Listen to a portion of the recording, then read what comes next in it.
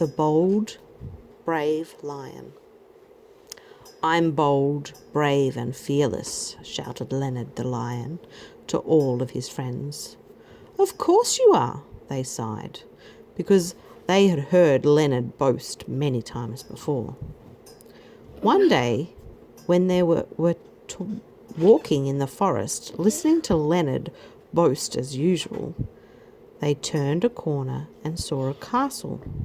On the gate outside was a notice that read, "One castle for sale." "That's just the right place for me," cried Leonard. "A bold, brave and fearless lion should live in a castle. Then I will be king of the castle." "It looks a bit spooky to me," said one of his friends. "Won't you be frightened when darkness comes?" "Don't be ridiculous," snapped Leonard. "I'm a bold, brave and fearless lion." So Leonard bought the castle at once and moved in the very next day. All his friends came around to help.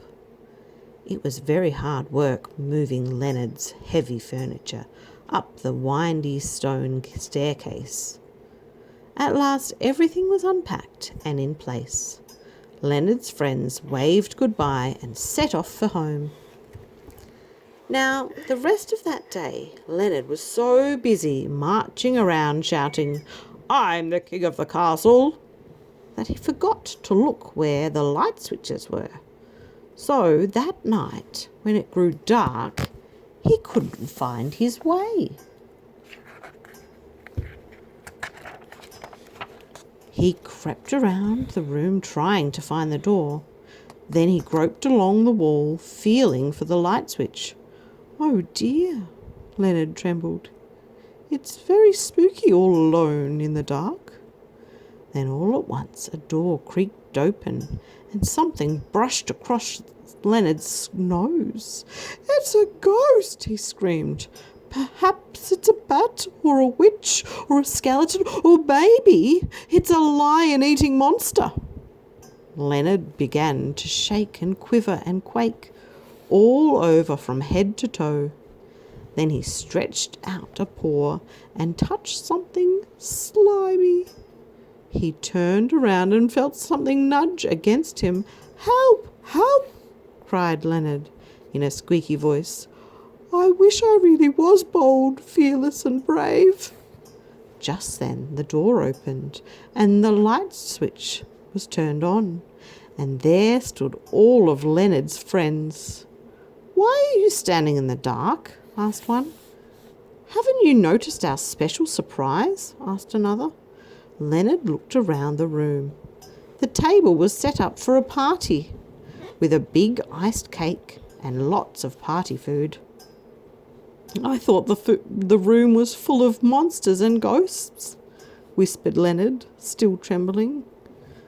"Here are your ghosts," said one friend, and he pointed to the streamers and balloons that had brushed Leonard's nose and nudged him in the dark.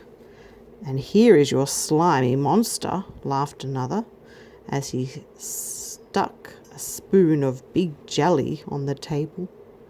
"We've got the party ready this afternoon," the friends explained.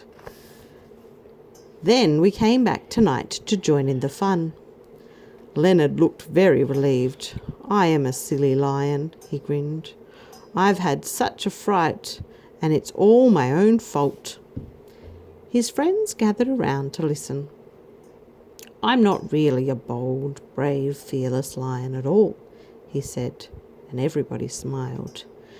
"This castle is so big, I would like you all to come and live here with me." All his friends thought that was a wonderful idea and agreed at once.